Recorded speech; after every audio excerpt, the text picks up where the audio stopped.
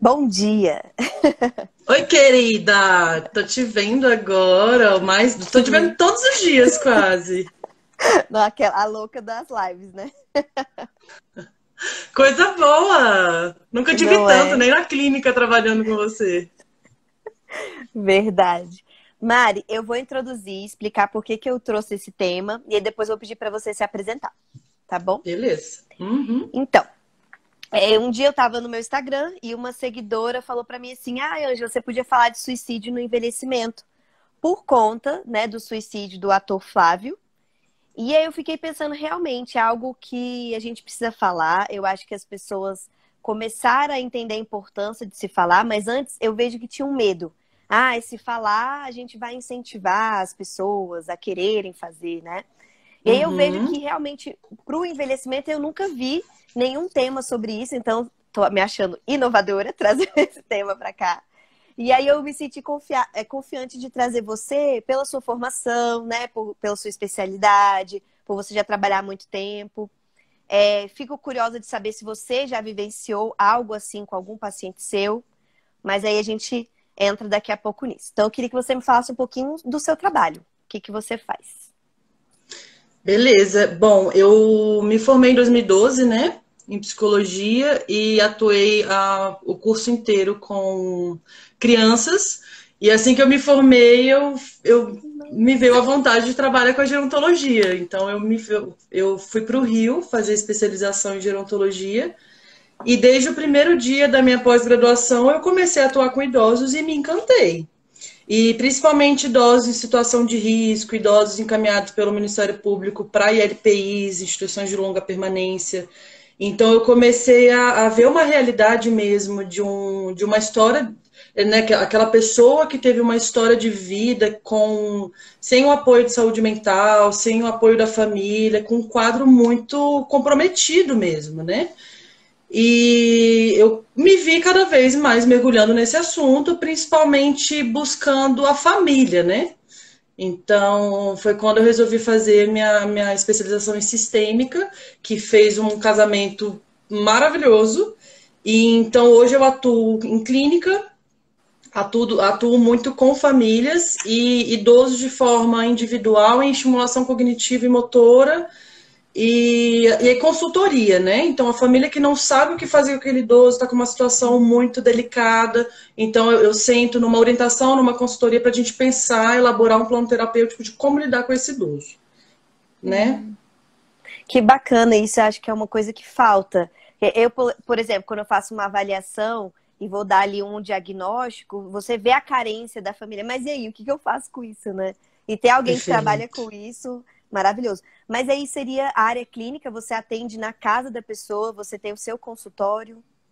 Eu tenho meu consultório que eu consigo fazer o atendimento individual, mas o perfil de idoso que eu atendo, que são os idosos muito idosos, que é 80, 90, geralmente é em contexto domiciliar, que eu acho muito mais favorável para o meu trabalho, porque eu não vejo só a pessoa, né? Eu vejo a rotina, eu vejo a estrutura da casa, a comunicação daquela família com os cuidadores, né? Então eu consigo ter uma visão muito mais ampla daquele idoso que eu consiga elaborar um plano terapêutico mais eficaz, não sei se seria a palavra correta, mas para atingir mais, né? Uhum. E aí, falando então do suicídio, né? A primeira pergunta que eu tinha separado para a gente falar é a diferença de uma ideação e a diferença realmente de ir para o ato. Como que você observa esses dois fenômenos? Porque, assim, ideação, eu não sei se ideação já entra num realmente querer fazer ou só do pensar já seria considerado. Pois é, a gente tem aí quatro atos, né? Assim, que a gente fala da intenção, da ideação, da tentativa e do suicídio consumado, né? Então, até quando você me chamou para me convidou para essa live, eu tava, gente, que assunto complexo, que assunto interessante, assim. Então, como é que a gente vai conseguir abordar tantas coisas importantes num assunto complexo? Ele é altamente estudado porque é um assunto que dá e desperta uma curiosidade, né?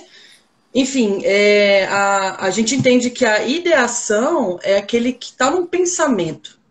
né? Assim, a pessoa está pensando, a pessoa não está feliz, a pessoa vê de uma forma romantizada o suicídio, fica em alerta caso, assim, é uma solução provável para problemas que estou passando atualmente.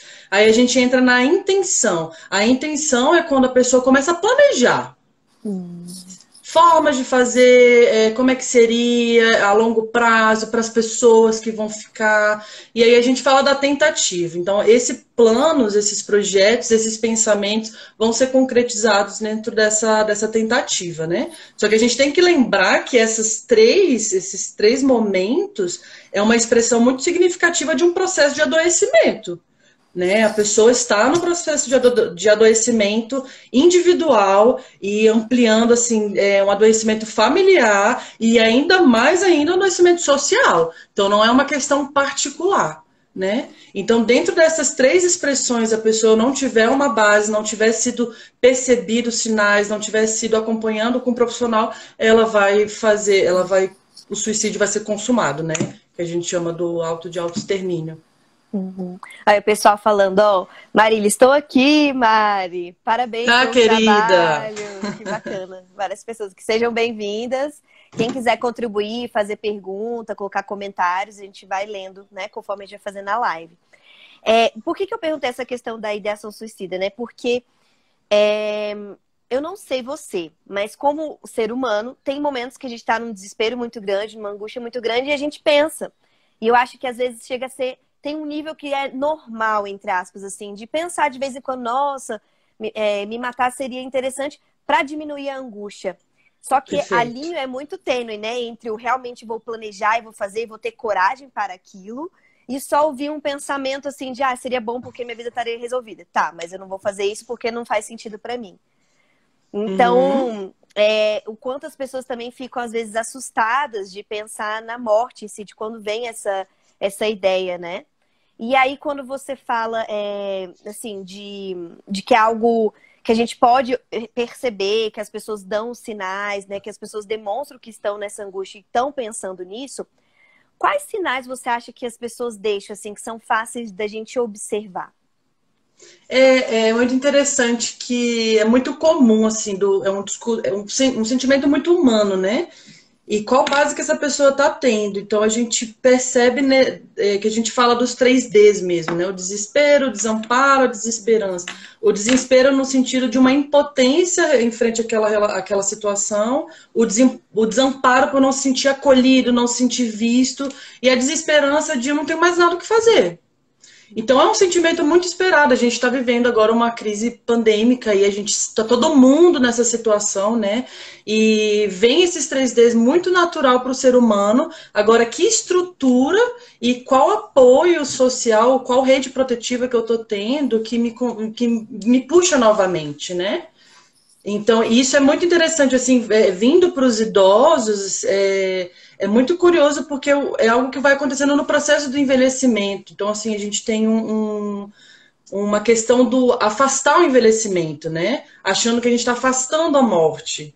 Então, achar essa dificuldade de a gente lidar com a morte faz a gente distanciar tudo que lembre morte. Doença, envelhecimento, e é algo que fica totalmente distorcido, porque na hora de viver isso, que a gente vai viver isso, a gente não sabe lidar, né? E aí quando chega o idoso no processo de envelhecimento, que ele está se vendo com menos redes sociais, menos atividades, menos funções para a sociedade, menos até dentro do estereótipo do envelhecido, aí ele começa a entrar nesses 3Ds.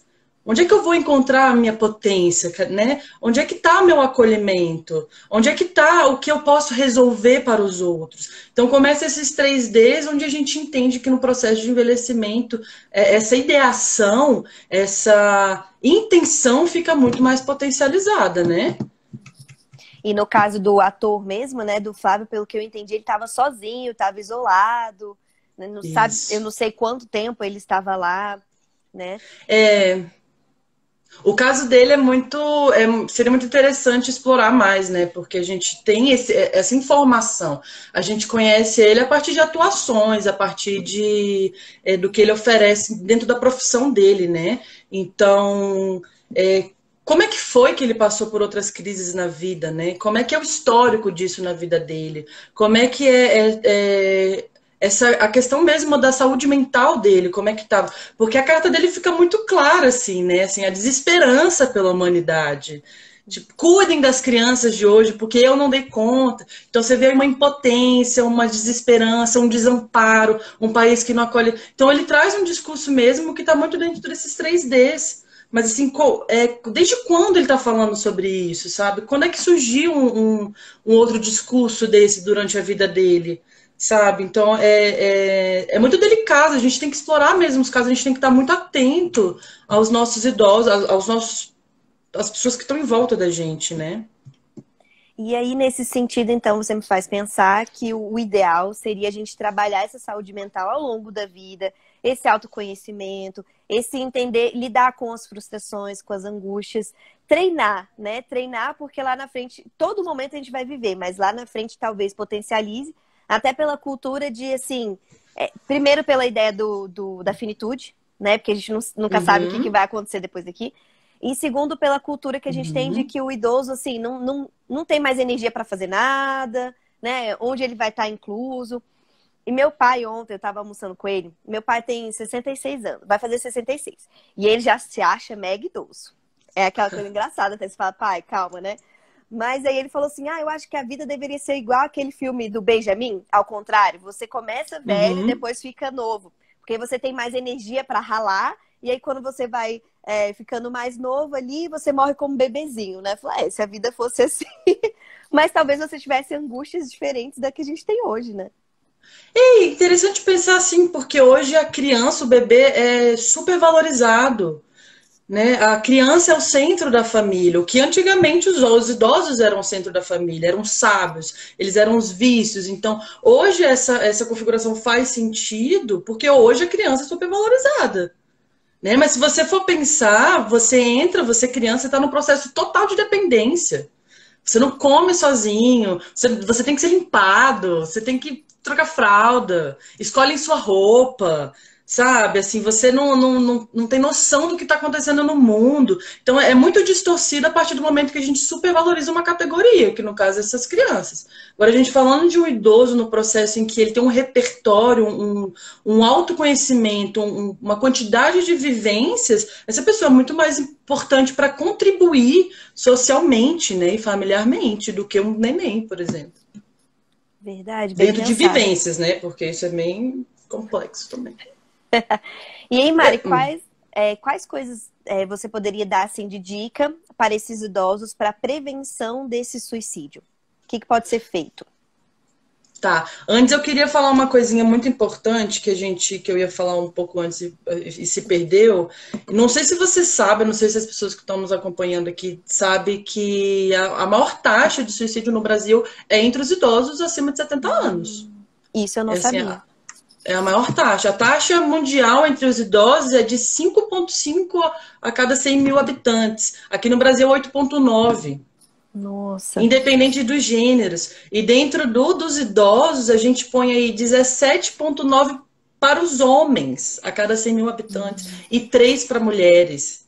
Né? Então, essa questão de gênero também vai influenciar muito nessa questão do suicídio no envelhecimento. Né? Então, assim, como essa carga mesmo durante a vida, o que estimula essa pessoa a ter esses 3Ds, né? Então, assim, a gente entende que para os homens, essa questão da aposentadoria, ela é muito significativa. Sabe, a gente vem de uma educação em que o homem é um provedor, a mulher é a cuidadora, então quando o homem se aposenta, o papel dele de prover reduz, e a mulher, quando, no caso de aposentadoria, ela mantém vários papéis, várias funções, a avó, cuidar de casa, cuidar de conta, cuidar de comida, cuidar de bisneto. Então são excessos de funcionalidades aí que deixa ela com um significado de vida. E para esse homem, e tem muitas situações assim que eu atendo mais nesse caso de homens nesse sentido. Como é que esse homem volta para a família? Qual é o lugar dele na família? Ele trabalhou a vida inteira fora. O papel dele era prover. qual é o vínculo que ele tem com essa família afetivo, de proximidade, sabe? Quando ele retorna a essa família, qual é o lugar dele ali? Sabe? E aí é onde vem essa questão preventiva, que um dos principais pontos para prevenção é a quantidade de funções que a gente realiza na nossa vida. A amplitude da nossa rede protetiva, comunitária, social, profissional, familiar, né? Assim, meu curso de tal, minha atividade, meu exercício físico tal. Quanto mais eu ampliar esse meu repertório de funções sociais, menos risco vai ter. É uma forma altamente preventiva mesmo disso. E essa questão da aposentadoria, realmente, eu também vejo muito, né, na fala do meu pai, quando ele fala assim, eu vesti durante muito tempo a camisa da empresa, né? Ele era bancário. E aí hoje, o que eu faço? E ele se aposentou, ainda tinha a questão de que a aposentadoria era mais cedo. Ele se aposentou com 55 anos. A gente até vai se aposentar um pouco mais tarde, então a gente deve ficar mais tempo, né, na carreira. E aí, o que eu faço? Minha mãe, por exemplo, que hoje, minha mãe não é idosa, mas ela trabalha em teletrabalho, que é uma outra questão que eu percebo também. Diminui muito a parte social. O que eu faço? Vai fazer um curso, vai... Aí você tem que achar coisas. E aí me lembrou também o filme. Não sei se você já viu O Estagiário. Sim, sim. Nossa, ele é fantástico, né? Ele é fantástico. Que mostra bem no iniciozinho do filme tanto de coisas que ele já fez depois da aposentadoria, né? Da viuvez, né? Que a esposa faleceu.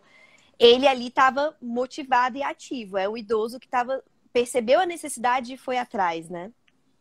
E o que é interessante desse filme, eu não sei se todo mundo assistiu, que ele busca o estágio no mesmo prédio que ele trabalhou durante 40 anos, né? Então é uma vinculação assim de identidade, porque a gente fala a minha profissão é a minha identidade principal, a gente fica anos com aquela identidade. Então eu sou aquela profissão, né?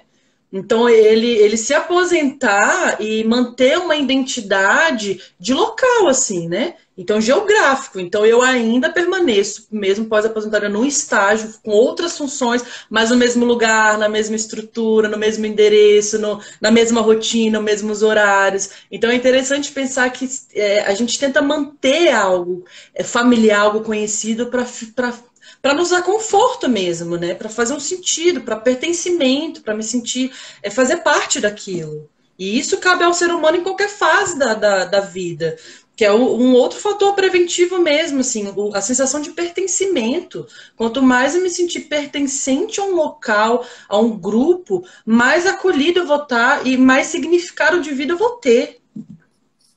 E é legal porque ele está num ambiente que é bem moderno, né, de um ambiente de trabalho moderno, mas ele vai lá com a calculadora dele, com a maletazinha dele, todo o ritual. É sensacional, é sensacional. A Juliana disse aqui, acho que além das funções sociais, deve mexer também com a questão de parecer sinal de fraqueza pedir ajuda, principalmente no gênero masculino, infelizmente.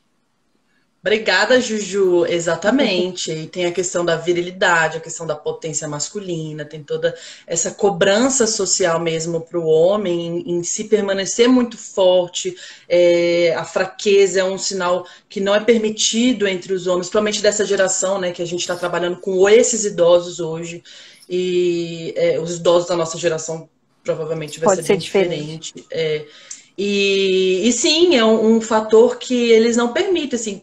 Homens e mulheres têm essa questão do ser um peso para o outro, de incomodar o outro, de não querer atrapalhar a vida dos filhos, e homem ainda mais dentro dessa fraqueza. Então, quando a gente fala também dessa fragilidade do idoso, dessa questão até da ideação suicida, entra muito as perdas, né? Muitos lutos, e esses lutos, principalmente não só de morte que a gente fala, mas lutos, perdas sensoriais, perdas do corpo ativo, eu não tenho mais a mesma visão, eu não tenho mais a mesma audição, eu não tenho o mesmo paladar, eu não tenho o mesmo tato, eu não posso mais dirigir por conta da minha coordenação, por conta do meu reflexo. Então eu entro num contexto de tantas perdas, de tantos lutos, sabe? Isso para entrar na aceitação é difícil mesmo. Perder sem preparo, sabe? A gente sabe, mas quem é que se prepara? Quem é que pensa sobre isso? Coisas difíceis de lidar, a gente deixa ali, escondidinho no baú. Quando chegar na hora, a gente pensa sobre isso. sabe? Mas a gente está falando de um envelhecimento que é a última fase da vida, né? Uhum. E aí, esse tipo de luto, por exemplo, é o que você trabalha na sua clínica com os seus pacientes? Eu Tentar acho que ressignificar. 100%, 100%. O não reconhecimento de si. A gente fala da morte social, né? Que é aquele idoso que perde mesmo esses locais sociais por conta de não ter a mesma capacidade. Não vamos chamar a vovó porque ela anda devagar. Ah, não, eu quero ir para o parque de diversão, a vovó não consegue ir. Vamos para a praia numa viagem para Fernando de Noronha, que tem trilhas, a vovó não pode ir, porque lá. Então a gente começa a ter uma morte social aí pelas fragilidades mesmo, pelo quadro de perdas que esse idoso tem, ele para de participar de atividades que nós ativos gostamos de fazer. E a gente trabalha o dia inteiro, fazer o que a gente gosta, né? E como inserir esses idosos dentro dessas atividades? Não precisa ser 100%, mas como é que a gente faz essa adaptação, né? E assim, hoje os idosos que eu tenho muito contato, principalmente domiciliar, essa não aceitação de si, do seu próprio envelhecimento, de não se reconhecer como uma pessoa boa. Então, assim, hoje, pra quê? Eu já fiz tudo. Já tive meus filhos, já eduquei pessoas, eu já criei, já fiz estrutura patrimônio para todo mundo. Para quê? Então vem novos questionamentos de não é aquela cobrança de fazer para as pessoas, mas vem um questionamento de que eu já fiz tudo. Sabe? Mas claro, a gente tem uma cultura, a nossa cultura é essa do prover, do ter. E quando faz um idoso que não precisa mais disso, ele não consegue encontrar outra função. Então, como a gente se ressignifica para essa pessoa novas coisas, né? O que ele pode fazer a mais? Qual é o novo papel de acolhimento, de ensinar essas crianças, essas relações, da fragilidade, enfim, a gente abre um repertório de possibilidades. É igual a Marília falou aqui, não, nunca estamos preparados, mas a gente tem que encarar isso. Uma coisa que me preocupa. Mari, tá ouvindo? Que às Eu vezes tô. você. Tá.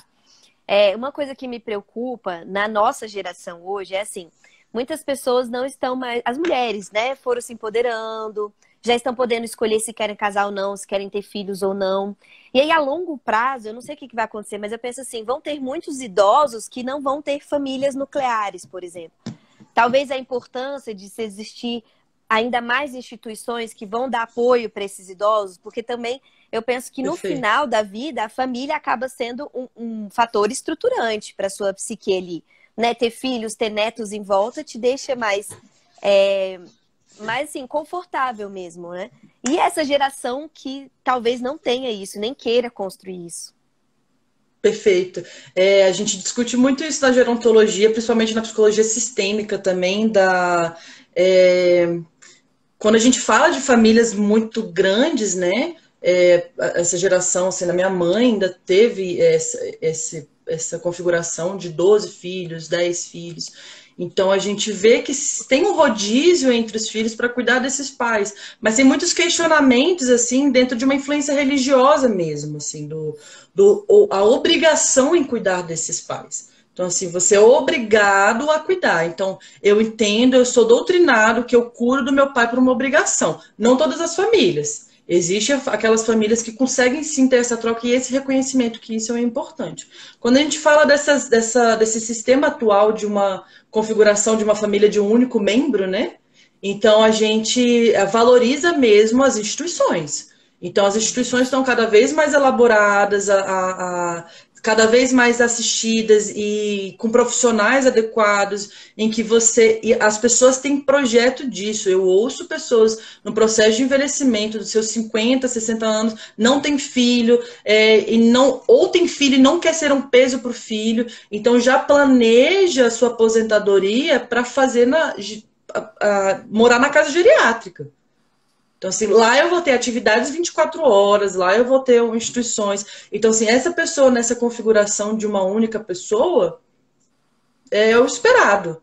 Agora, o que a gente entende é essas famílias que ainda conseguem membros a mais, é a gente conseguir uma estrutura de um vínculo de troca de cuidados, né? Então, assim, por Uhum. que não? Por que que esse pai tem que sair de casa? Como é que a gente estabelece um novo vínculo aí para esses membros, para um cuidar do outro quando for necessário? As configurações familiares também estão mudando, de que filhos não estão saindo mais de casa tão cedo. Filhos estão permanecendo mais tempo dentro de casa. A gente fala aí de idosos com 90 anos sendo cuidados por filhos de 70. Daqui a pouco a gente vai ter mais longe ainda, né? Então, assim, são adultos jovens com pais muito idosos, né? Então, assim, como é que a gente começa a pensar esses vínculos para troca de cuidado mesmo? E é legal você falar isso porque tinha, né, duas tias avós, então isso já faz um tempo, que elas eram professoras e elas não quiseram se casar e não tiveram filhos. E realmente elas foram esse público que se organizou. Então juntou um dinheiro e brincava, era um asilo chique, né? Eu quero estar num asilo chique. Então sempre bancaram os próprios cuidadores e tudo. Então acho que a importância da gente se programar ao longo da vida para esse envelhecimento. Mas voltando para a questão do tema, né, que a gente já está indo, você Esse, como profissional, maravilhoso. Você como psicóloga e tudo mais, quando você percebe uma ideação suicida, né, num paciente seu, que tenha uma rede ou que não tenha uma rede de suporte, como que você deve atuar mesmo? O que que você precisa fazer para auxiliar? é, o profissional da saúde, principalmente o psicólogo, né? Se eu estou atuando já com esse idoso, a gente realmente ativa essa escuta para saber a gravidade desse discurso e a gente precisa acionar toda a rede de apoio dele, a rede protetiva, família, amigos, comunidade, em caso de uma ideação. Então a gente reúne, e de imediato, a gente reúne essa rede protetiva para a gente pensar junto um trabalho interventivo com essa pessoa. Dentro do discurso dele, o que está causando mais esse potencial para essa ideação, né? Então, assim, nesses 3Ds, é o desamparo, é o desespero, é a desesperança. Então, assim, como é que a gente pensa uma proposta para dar um novo significado para um desses 3Ds para esse idoso, né? Agora, em situações que, de fato, já teve a tentativa, ou está realmente encaminhando a isso, a gente precisa acionar órgãos muito mais ativos, bombeiros, assim, de imediato, né? Bombeiros, CAPs, as redes de apoio psicossocial, CVV, por exemplo. Então, assim, a gente precisa acionar uma equipe a mais para uma intervenção imediata, né? Assim, risco já a caminho de um ato de autoextermínio. Então, a gente precisa ter esses dois pontos. Outro ponto muito importante para o envelhecimento, para a pessoa idosa, é o que a gente chama de suicídio gerontológico. O suicídio gerontológico, ele eu vejo como mais comum. Então, é o idoso que não tem um discurso de suicídio, não tem ideação suicídio, ele não fala sobre isso, ele não apresenta os 3Ds de forma clara, mas de forma muito minuciosa, muito entre linhas, e ele passa a fazer uma autonegligência e um autoabandono, né? Então, ele passa o envelhecimento dele se abandonando. Então, não se cuida, não vai a médico, não chega a ponto de não tomar banho, não se alimentar, se põe em situações de risco, né? Então, é o idoso que vai se autonegligenciando, se autoabandonando, e isso é entendido como um suicídio silencioso, o suicídio gerontológico. É um suicídio indireto, né? Indireto. E aí, nesse caso, a gente tem que sim acionar a família, a gente tem que puxar para um acompanhamento sistêmico, né? Como que a gente trabalha esses vínculos para a gente dar apoio, como é que a gente pensa em novos papéis para esse idoso, para essa pessoa idosa.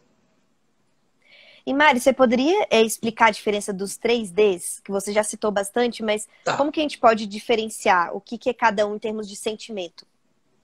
O desespero, ele é entendido como uma impotência. A pessoa ela está impotente frente a uma situação, seja de crise aguda, seja de crise crônica. Então, assim, ao longo da vida, aquela pessoa passa por dificuldades, muitas vezes emocionais, então ela, em dado momento, ela se vê impotente em frente àquela situação. O desespero é quando você. O desamparo é quando você se sente abandonado. Então, se você não vê acolhimento, não vê pessoas para te ajudar, vem uma sensação de que está sozinho, né? E a desesperança é aquela situação de que não tem melhora. Não vai melhorar. Eu não encontro uma solução, nada vai fazer melhorar essa minha crise. Isso tudo é muito distorcido, porque sim, tem como ajudar. Sim, tem pessoas para ajudar. Sim, você tem alguma coisa para fazer. Até o fazer nada já é fazer alguma coisa importante, né?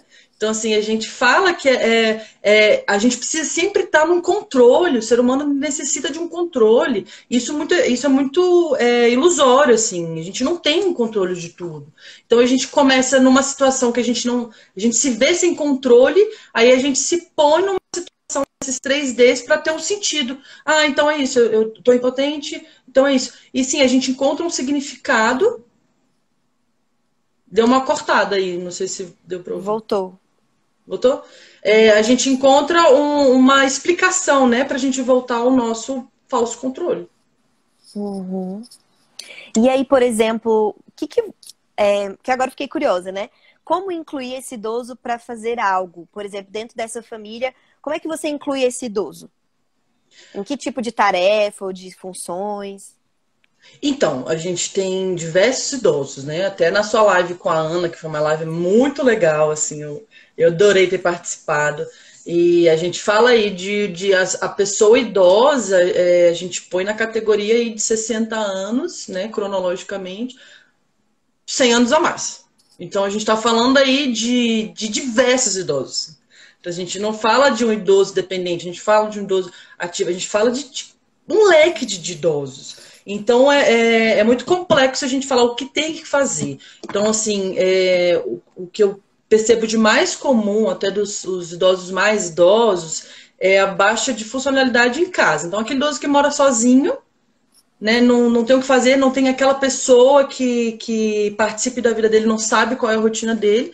Então é um caso muito delicado mesmo, que a gente precisa inserir mais pessoas dentro daquela vida da pessoa. Inserir essa pessoa em redes protetivas, inserir essa pessoa em novas atividades, cursos. Ah, mas eu não gosto de nada, não me interesso a nada, já fiz tudo que eu tinha para fazer, não tem mais nada para aprender. Olha, não estou disposta a aprender mais nada. Isso é muito comum ouvir. Não, então você não vai precisar ouvir, você não vai precisar aprender, mas a gente vai fazer coisas que já existiram.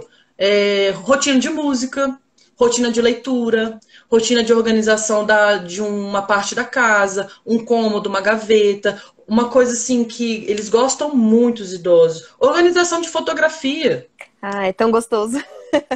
É uma delícia. Eu peguei uma idosa uma vez que ela não gostou dessa atividade porque trazia muita nostalgia e ela sofria muito com isso. Então, assim, foi um caso, então, assim, não vale para todos. Então, por isso que é muito caso a caso. Dentro de casa, assim, idosos menos ativos, desde preparar cardápio para o almoço, a organização de estoque, né, a uma nova configuração da casa. E isso a família tem que estar com muita flexibilidade, muito disposto, porque a gente tem muita pressa, nós jovens. Então a gente quer tudo muito rápido. E como é que eu aguento esperar o tempo desse idoso, sendo que eu não tenho tempo, né? Ele demora muito. Então deixa que eu faço. Aí a gente passa a fazer pro idoso. A gente não faz com ele, né? A gente faz para ele. Então ele vai perdendo funções cada vez mais, de forma muito, muito invisível, assim. A gente não percebe isso acontecendo. Então, são dicas aí mesmo de funções tão pequenas que a gente não fala da quantitativa, a gente fala da qualidade, né? Então, foi uma atividade no dia, 2 atividades na semana que foram muito bem feitas e que ele foi visto e foi valorizado e foi reconhecido dentro daquela atividade, é o que é importante. Certo, Mari, eu tô aqui com o meu roteirinho, por isso que às vezes eu fico olhando pro lado aqui, né? Sem problema. Eu tinha pontuado que eu também tinha assistido um vídeo, né, de um outro ator falando sobre o Flávio, e aí ele falou assim, eu te entendo Sim. e não tive a sua coragem, né? Eu entendo por que você se suicidou, mas eu não tive a sua coragem.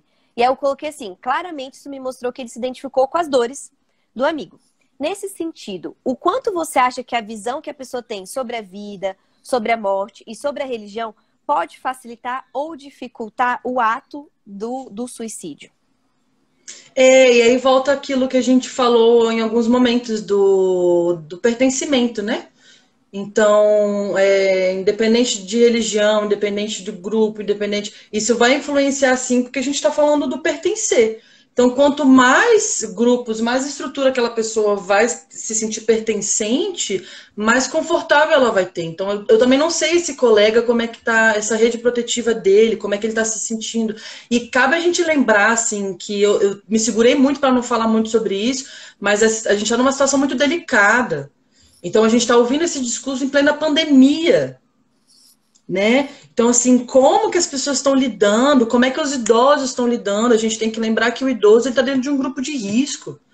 E, assim, passa na televisão o tempo inteiro, as pessoas falam. Então, assim, o risco de morte, a morte está muito próxima. Então, como é que está sendo para essa pessoa idosa viver dentro de uma pandemia sem um prazo de normalização, sabe? Então, assim, eu não sei como é a rede protetiva desse colega, mas eu entendo que hoje, com o isolamento social que a gente está vivendo, sem período de normalização, que é o que mais angustia, a gente não tem um prazo para isso, e nos distanciou de grupos físicos, né? Como é que eu adaptei esse meu pertencimento? Como é que eu fiz essa adaptação nesse período de pandemia, sabe? Eu saí da minha hidra, eu saí do meu grupo de dominó, eu saí da minha igreja, eu saí do carinha, das minhas visitas na banca, o dono da banca que eu vou comprar meu jornal todo domingo, não vou mais, o cara do mercado, porque o idoso ele começa a ter vínculos assim muito próximos dessas pessoas que oferecem um serviço terceirizado, né? Então, assim, o caixa do mercado, o cara da banca, na farmácia, o caixa da farmácia. Então, como ele parou de frequentar essa rede protetiva dele, porque era uma rede protetiva. E aí vem o isolamento, né? Então, sim, tem. Não, e é isso que eu ia falar. Eu senti bastante isso. Eu falei na outra live com a Ana, né, que eu tô fazendo fisioterapia pro meu ombro. E aí hoje eu percebi o quanto virou o meu social. De querer falar para aquela fisioterapeuta, nossa, aconteceu isso, cozinhei tal coisa, vê essa foto aqui. E eu falo, gente, que curioso, que eu achei que talvez se eu não tivesse nesse isolamento, eu não teria dado tanta importância, porque, é só minha fisio, tenho coisa pra fazer, vamos, a vida tá rodando. Né? Mas eu valorizo aquele tempo que eu tô ali mesmo. Isso. E é muito interessante que nós, com várias atividades, provavelmente com uma profissão, a gente entra num automático ali de fazer as coisas, de vincular com as pessoas de forma automática, porque eu tenho que fazer essas coisas, né? Então, assim, eu não tenho tempo livre para fazer. O meu tempo livre eu quero fazer minhas coisas sozinho ou com a minha família. E o idoso não. O idoso ele passa a ampliar a rede protetiva deles, principalmente com pessoas fora da família, que são essas pessoas mesmo, né? Então, esse amigo que encontra os funcionários, farmácia, lojinha de roupa, passa a comprar vários presentinhos para todo mundo. Só para estar na loja, só para ser atendido, só para ser acolhido, né? E aí a gente fala dessa realidade de isolamento em que ele perdeu não só, ele não entrou só no grupo de risco para morte, assim, mas ele perdeu toda a rede protetiva dele, desde família e desde essa rede protetiva secundária aí, né? Uhum. E a Bia a gente estava falando antes, né, de como incluir o idoso nas tarefas. Ela perguntou assim: entraria também a terapeuta ocupacional? Fala um pouquinho sobre o trabalho da terapeuta ocupacional. É um dos trabalhos mais lindos que eu acho hoje em dia para idosos, assim. Mentira, tem vários, né? Fono, fisio. Ela é fisioterapeuta, Bia. Então ela sabe muito, assim, da importância, assim, a gente vê a importância da fisioterapia no ser humano. Você também, né? Então, fisioterapia, fonoaudiologia, terapia ocupacional. A terapia ocupacional, ela vem com uma proposta de criar novas ocupações mesmo, com uma estimulação cognitiva e motora. Então, você traz dentro do limite da capacitação daquela pessoa, principalmente, né? Então, assim, o que essa pessoa é capaz, e o terapeuta ocupacional, ele elabora atividades para fazer uma estimulação cognitiva e motora, para reinseri-lo ao contexto dele familiar, social. Então, assim, o terapeuta ocupacional consegue fazer uma estimulação para readaptá-lo ao contexto que ele estava antes, né? Dentro da capacitação dele. Terapeuta ocupacional hoje, como a fisioterapia, como a psicologia dentro de idosos com necessidade de estimulação, são ainda mantidos em atendimento, principalmente domiciliar, com todos os paramentos, para não ter um retrocesso ainda do quadro, né? Então, eu até estou presenciando alguns idosos que pararam essa rotina e teve um declínio muito grande no quadro cognitivo, sabe? Assim, de idosos que estavam assim, num progresso admirável, e aí com essa parada em 2, 3 semanas, familiares me ligando, falando não sei o que faço, retrocedeu, assim, claro, claro, né? E aí como a gente conseguir inserir atividades nesse momento de pandemia para não permitir esse declínio, né? Uhum. Eu vi até uma colega minha que ela é neuropsicóloga e ela estava fazendo estimulação online para quem conseguia se adaptar, para não parar, né? Até usar novas ferramentas. Eu acho que até a tecnologia pode entrar como um novo estímulo de tentar aprender coisas novas.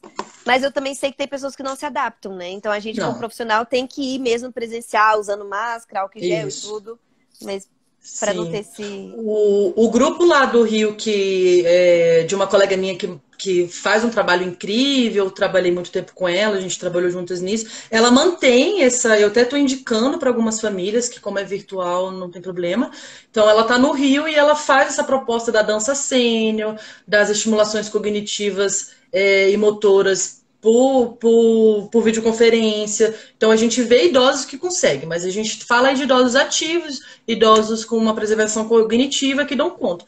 Agora, idosos já com quadro demencial, já no grau 2 assim, não dá.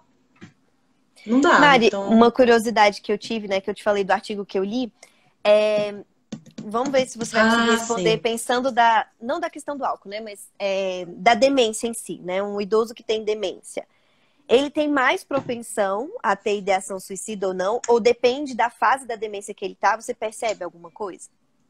Eu achei interessante essa pergunta, assim, que é uma coisa que eu nunca parei para pensar no sentido do idoso já no grau 2 3 de uma demência, por exemplo, né? Que a gente entende que esse idoso de grau 2 grau 3 ele já perdeu muitos filtros, então aquilo que causava um sofrimento não causa mais.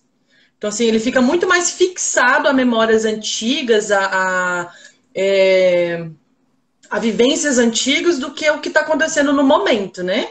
Então, assim, é uma situação que cognitivamente não faz ele pensar sobre isso, porque o sofrimento dele não está sendo do momento, está sendo coisas antigas, e ele vai falar sobre aquilo, e aí o grau 3 ainda muito menos esses filtros dessas possibilidades não vêm. Agora a gente fala da demência dentro de um pós-diagnóstico.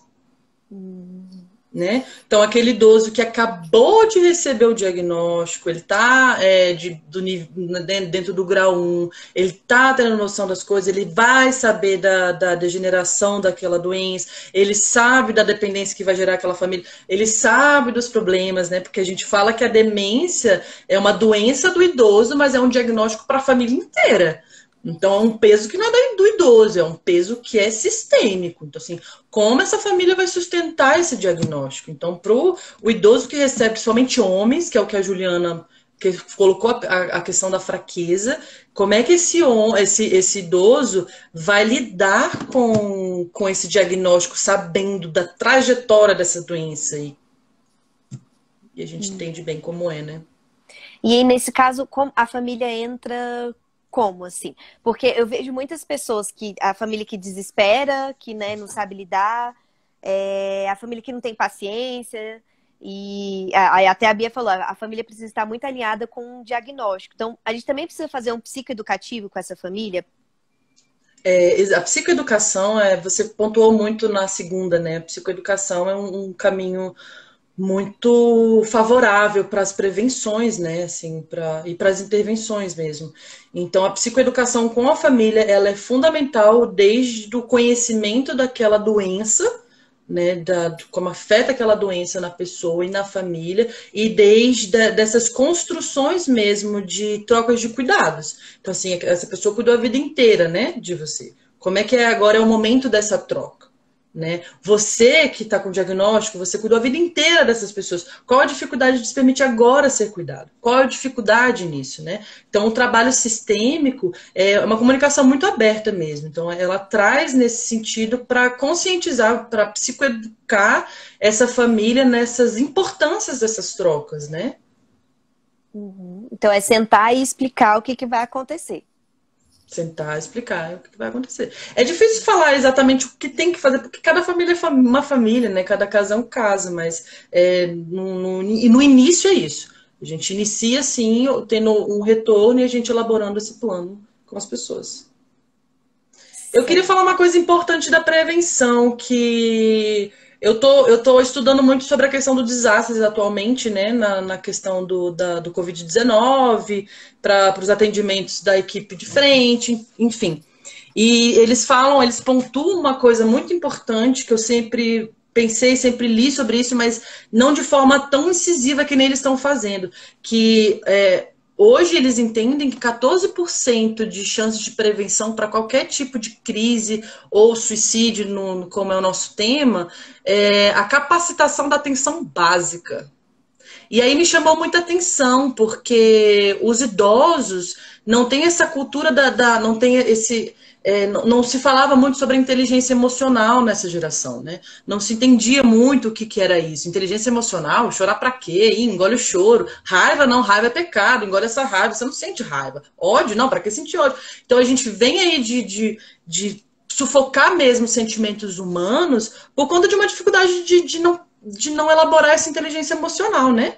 E aí, quando a gente fala assim, é muito comum idoso ter uma questão emocional e ter uma psicossomatização e ele busca atenção básica, né?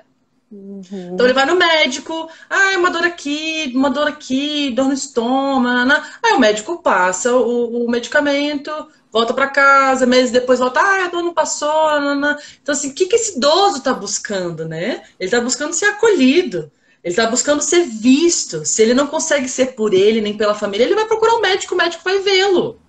Né? Agora, como capacitar essa atenção básica, esses profissionais dessa, né, da base dessa pirâmide de cuidados, como é que a gente capacita esses profissionais para conseguirem ver que isso é um sinal de psicossomatização? Né? Assim, você não precisa de um medicamento, você precisa de outras intervenções. Como é que a gente consegue apurar esse olhar desses outros profissionais para conseguirem fazer um encaminhamento, né, mais adequado? E aí a importância, né, da gente como psicólogo tá nessas outras áreas da saúde, dando aula, né, fazendo. Eu vejo que igual eu falei para você, né, que eu dei era fisioterapeutas fazendo uma pós-graduação no CEUB e eu dei uma aula lá de psicologia de escutativa, como escutar esses idosos, como que eu faço. A Perfeito. minha fisioterapeuta, quando a gente troca umas ideias, ela, ai, Ângela, como é que eu faço, né? Porque tem vários tipos de paciente aqui, alguns querem falar da vida, outros não. Alguns são mais difíceis de você passar atividades para fazer, não quer, fica tentando driblar o profissional. Então a importância Sim. da gente também estar instrumentalizando esses profissionais. Sim, sim, exatamente. E a gente não fala que você se forma naquela profissão, a gente tem que se formar, se humanizar para a gente ter aquela profissão, né? Então, assim, como humanamente eu atuo dentro da qual área for, mas conseguir lidar, porque no fundo, direto e indiretamente, a gente está lidando com o ser humano, né? A gente está lidando com nós mesmos. E aí, nesse caso que o idoso chega, e vamos supor que o médico perceba que é uma somatização, que é uma questão mais psicológica, a ideia é que ele encaminhe para um psicólogo. Exato, e acionar a família, né? Uhum. Assim, a gerontologia hoje é sistêmica, claro, puxa a sardinha mesmo, é constantemente o acionar a rede protetiva. Quando eu falo da família, fica mais próximo o sistêmico, né? Acionar aquela rede protetiva. Então, às vezes, a rede protetiva daquele idoso não é a família, são os vizinhos, são os cuidadores. Então, assim, acionar a rede protetiva daquela pessoa com encaminhamento aos profissionais de saúde mental. Outra coisa muito importante que a gente não a gente está falando, mas assim, para pontuar, para ficar o termo, assim, é a pós-venção. Então, hoje, em qualquer discussão de suicídio, a gente trata muito a prevenção, a gente fala muito da prevenção, mas a gente tem que falar muito da pós-venção. Né? Tem toda essa questão assim, não pode falar sobre suicídio, porque incentiva, não, como lidar com as pessoas que ficaram, você viver com um ente que cometeu um suicídio, isso é um peso muito grande, né? Muitas pessoas trazem como culpa para si, Então, assim, eu não vi, eu não percebi. Se eu tivesse observado, se eu tivesse valorizado aquela fala, isso não teria acontecido. Então, como fazer uma pós-venção dentro dessa situação toda, né, do suicídio? Então, isso é muito importante, que é também psicoterapia, envolvimento sistêmico, a capacidade dessa pessoa vai além da nossa capacidade, então se a gente não conseguiu observar esses sinais, falar de forma responsável sobre o suicídio é algo altamente preventivo e não de estimulação, né? A recomendação é não falar como foi o óbito, como essa pessoa se matou, né? Detalhar dentro desse sentido, que aí sim a gente pode falar de uma estimulação. Mas falar sobre esse tema tabu, isso é altamente preventivo, né? Mari, faltam só 5 minutinhos. Você gostaria de falar mais alguma coisa que você tenha pensado e não tenha dito ainda? Provável, mas eu não tô lembrando agora. Ó, até fala Basílio, droga, só consegui chegar agora, tava atendendo. Basílio! Bom, então, já vou até anunciar aqui pro pessoal que estava assistindo. Eu sempre coloco a reprise no meu canal do YouTube. É psicóloga Ângela Guimarães, então a gente vai estar lá. Quem quiser rever, né, vai estar sempre lá, fica à vontade. Se inscreva, compartilhe, ajuda a gente. E também coloco sempre em formato de podcast no Spotify, para quem prefere escutar do que ficar ouvindo. Mas a gente não vai perder esse conteúdo maravilhoso. Eu queria só pontuar, assim, para o tema atual da pandemia, assim, só bem curtinho, da questão desse tempo da normalização. Eu falei assim, mas eu gosto de detalhar nesse sentido da normalização, para as angústias e ansiedade. Então, assim, a gente se sente muito angustiado, a gente se sente muito ansioso, e esse período a gente só entra numa estabilidade emocional quando a gente tem um período de normalização. Então, a gente não está tendo dentro da pandemia, que toda hora esse prazo muda. Então, a gente tem que estar muito atento às nossas sensações, e as sensações os sinais dos idosos, porque é muito esperado essa angústia, essa ansiedade permanecer, porque a gente está falando de uma normalização, né? Então a gente fala de uma estabilidade, é esperado reduzir esse discurso quando tem um prazo de normalização. A gente não tem. Então a gente fala desde crianças, adultos, idosos, esse cuidado mesmo, buscar atividades, porque a gente está num período muito delicado de instabilidade emocional por conta do não período.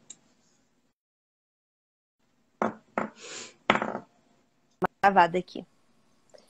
A Ju falou assim, eu tenho uma questão sobre os Ds do suicídio. Dá tempo? Falei, dá tempo. Então, Ju, por favor, faça a sua pergunta.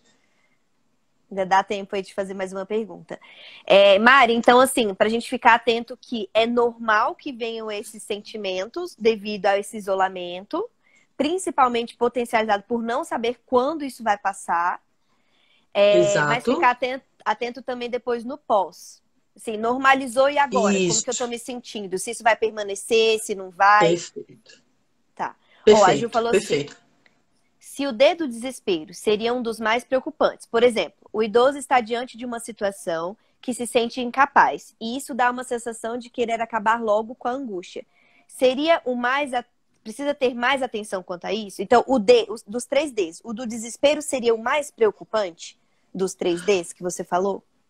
Eu não sei se é o mais preocupante. A gente fala do casamento dos 3, né? Porque se ele tem essa sensação da impotência, ele ainda está sendo acolhido, ele ainda se sente acolhido, ele ainda vê forma de solução, mas ele se sente impotente frente àquilo. Então, assim, eu não tenho como resolver, mas a minha família resolve. Né? Então, assim, é difícil falar entre os 3 Ds qual é mais significativo para isso. A gente fala do casamento dos Ds, que é muito preocupante, tá? Porque se tem os outros 3 Ds, os outros Ds não surgiram, então significa que essa pessoa, de alguma forma, tem um acolhimento ali, tá tendo uma base, né? Tá conseguindo lidar de alguma forma. Terceirizando ou não, mas tá conseguindo lidar. Pronto. Então vamos? Certo? Obrigada, muito Mari, bom. por ter vindo. Gostou da sua primeira live? Eu adorei. Outras? Com certeza. Simbora. Que bom. Então tá bom. A gente vai se falando mais. Obrigada, pessoal, por terem comparecido. Até mais. Adorei todo mundo. Beijo, beijo.